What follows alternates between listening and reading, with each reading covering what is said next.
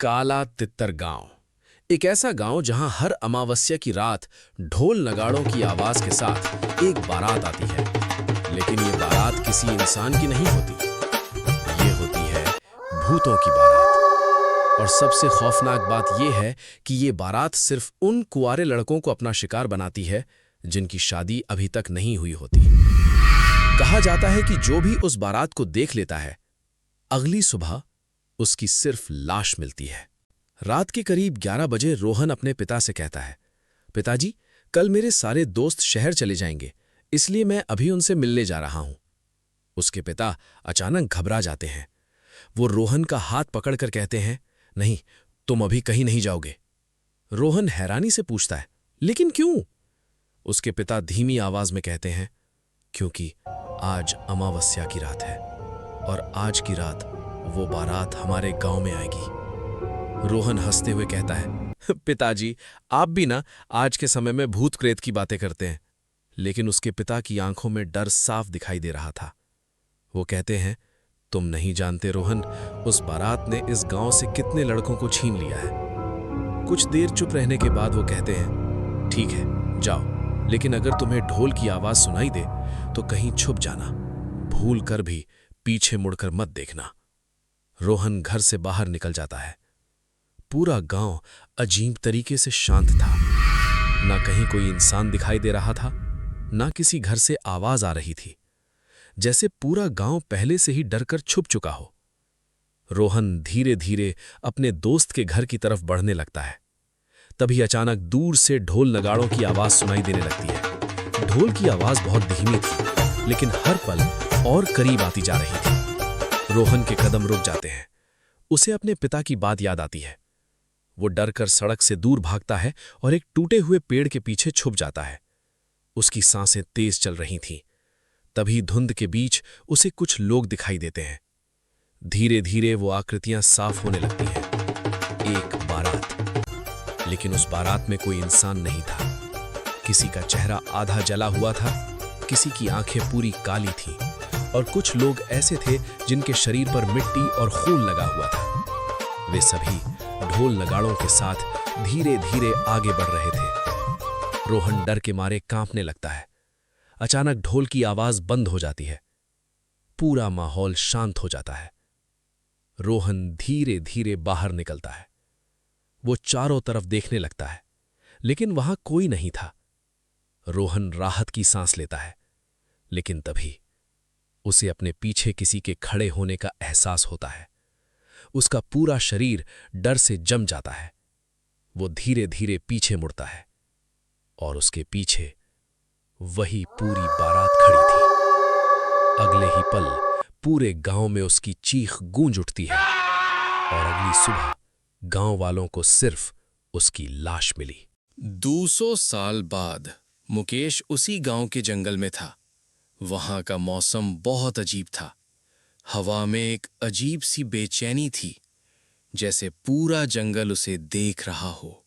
तभी उसे पीछे से एक आवाज आई और उसने देखा, उसके पीछे एक लाल साड़ी पहने एक औरत खड़ी है। वो उसे देखकर डर गया और दौड़ने लगा।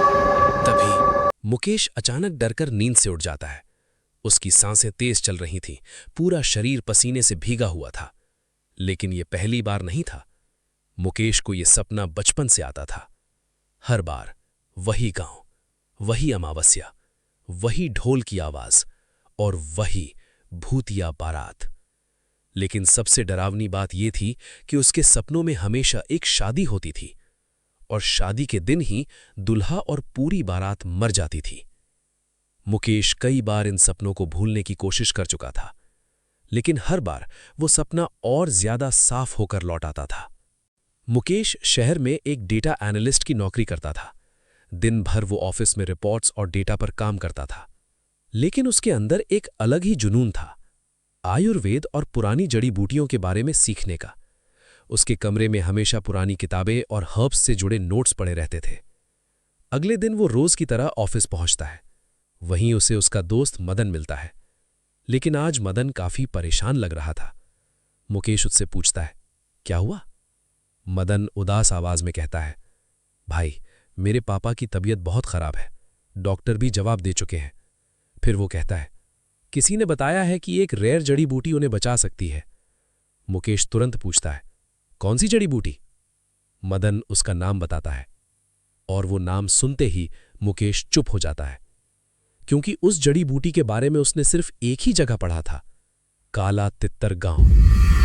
कुछ देर सोचने के बाद मुकेश कहता है, ठीक है, मैं तुम्हारे साथ चलूंगा। अगली सुबह दोनों बस से काला तित्तर गांव पहुंच जाते हैं, लेकिन जैसे ही वो गांव में उतरते हैं मौसम अचानक बदल जाता है। हवा ठंडी हो जाती है, आसमान काला होने लगता है। मदन धीरे से कहता है, यार ये गांव थोड़ा अजीब नहीं लग रहा? लेकिन मुकेश चुप रहता है, क्योंकि ये वही गांव था जो वो बचपन से अपने सपनों में देखता आ रहा था। शाम को मदन बाहर घूम रहा था, तभी उसकी नज़र गांव की एक पुरानी हवेली पर पड़ती है। हवेली बाकी पूरे गांव से अलग दिख रही थी। पुरानी होने के बावजूद वो बेहद सुंदर थी। मदन उसे देखकर मुस्कुराता है और कहता है, यार बचपन से सपना था ऐसी हवेली लेने का। फिर वो मुकेश से कहता है, चलना अंदर से देख के आते हैं। लेकिन मुकेश मना कर देता है, आज नहीं, कल सुबह चलेंगे। रात हो जाती है, दोनों पंचायत भवन में सो जाते हैं। लेकिन रात के करीब 2 बजे मदन की आंख खुलती है और उसके दिमाग में बार बार वही हवेली घूमने लगती है, जैसे कोई चीज उसे अपनी तरफ बुला रही हो। आखिरकार वो चुपचाप उठता है और अकेले ही हवेली की तरफ चला जाता है। मदन धीरे धीरे हवेली के अंदर जाता है। पूरा हवेली अंधेरे में डूबी हुई थी। टूटी हुई दीवारें, जाले और चारों तरफ अजीब सी बदबू। तभी उसकी नजर दीवार पर टंगी एक तस्वीर पर पड़ती है और वो तस्वीर देखकर उसके होश उड़ जाते हैं, क्योंकि उस तस्वीर में मुकेश था। लेकिन तस्वीर बहुत पुरानी थी, जैसे कई साल पहले की हो। तभी हवेली के बाहर से ढोल नगाड़ों की आवाज आने लगती है। मदन डरते हुए बाहर आता है और उसके सामने वही भूतिया बारात खड़ी थी। मदन डर के मारे पीछे हटने लगता है, लेकिन अगले ही पल पूरे गांव में उसकी चीख गूंज उठती है। चीख सुनकर मुकेश भागता हुआ हवेली में पहुंचता है और वहां पहुंचकर उसके कदम रुक जाते हैं, क्योंकि जमीन पर मदन का शव पड़ा था। मुकेश डरकर पीछे हटता है। तभी उसके पीछे से ढोल की आवाज आने लगती है। वो धीरे धीरे पीछे मुड़ता है और उसके सामने वही भूतिया बारात खड़ी थी। तभी बारात के बीच खड़ा दूल्हा धीरे धीरे अपना सिर उठाता है और एक भारी आवाज गूंजती है, हमारा दुल्हा आ गया।